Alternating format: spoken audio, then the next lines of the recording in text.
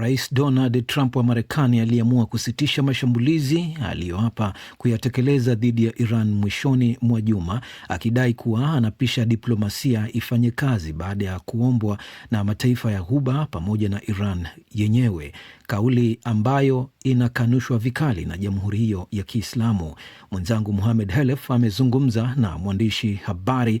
Abdul Fattah Musa aliyepo mjini Tehran, na kwanza amemuuliza Wairani wa kawaida mitaani huwa wanazichukulia vipi kauli na vitisho vya Trump, hasa hii ya mara hii. Hali ya raia au hali ya maisha kwa ujumla hapa ni ya kawaida, na mtazamo ambao watu wengi wamekuwa nao kuhusiana na vitisho ambavyo Rais Trump ametoa hivi karibuni aliposema kwamba ataanzisha vita na mashambulizi makali ambayo hayajawahi kushuhudiwa mfano wake tangu wakati wa vita vikuu vya pili vya dunia, ni kwamba watu wengi wamelichukulia suala hilo kama ni jambo la kawaida.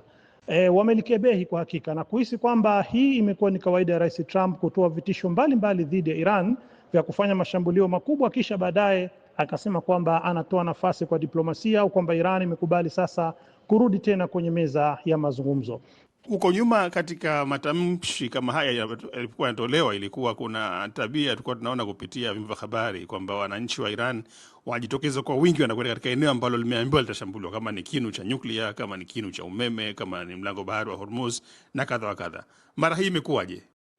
Katika vitisho vya juzi hakukuwepo na harakati kama hizo, na pengine sababu ni hiyo ambayo nilokueleza kwamba wa Iran mara hii hawakulipa uzito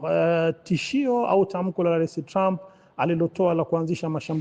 mashambulizi makali sana dhidi ya Iran. Lakini kinyume chake ni kwamba hapa Iran tangu wakati vita vilipoanza ni kwamba kumekuwepo na utaratibu wa wananchi katika maeneo mbalimbali wakati wa usiku, kila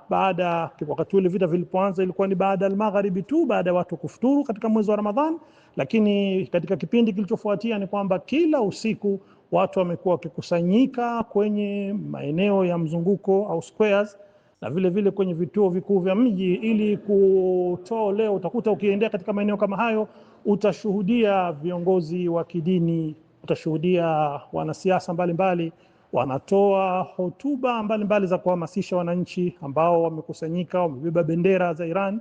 na hata kutoa hotuba mbalimbali za kulaani Marekani na Israel. Na hii ni hali ambayo imeweza kuchangia na kwa kiwango kikubwa hata kupunguza ile hofu ya kutokea labda pengine uvamizi wa ardhini au kutokea machafuko ya ndani ya Iran, kitu ambacho Marekani na Israel zimekuwa zikitegemea sana kama njia mojawapo ya kufanikisha mpango wao pengine wa kupelekea kutokea mabadiliko au mapinduzi ya umma ndani ya Iran. Ametaja Trump, ingawa hatuwezi kuchukulia kwamba alichokisema ndicho sahihi, lakini angalau ametaja kwamba miongoni mwa mambo ambayo yatapatikana kwa kauli yake ya kuto kuishambulia Iran au kuto kutekeleza kauli ya kushambulia Iran ni kufunguliwa kikamilifu mlango bahari wa Hormuz. Hivi tunavyozungumza, Fattah Musa, je, mlango bahari wa Hormuz upo katika hali gani? Kwa mujibu wa kamandi kuu ya kijeshi ya Iran na vile vile vyombo vya habari vya hapa ni kwamba mlango bahari wa Hormuz ungali umefungwa na hakuna meli yoyote inayoruhusiwa kupita katika mlango bahari huo bila ya kufanya mashauriano na uratibu na vikosi vya ulinzi vya Iran katika eneo hilo.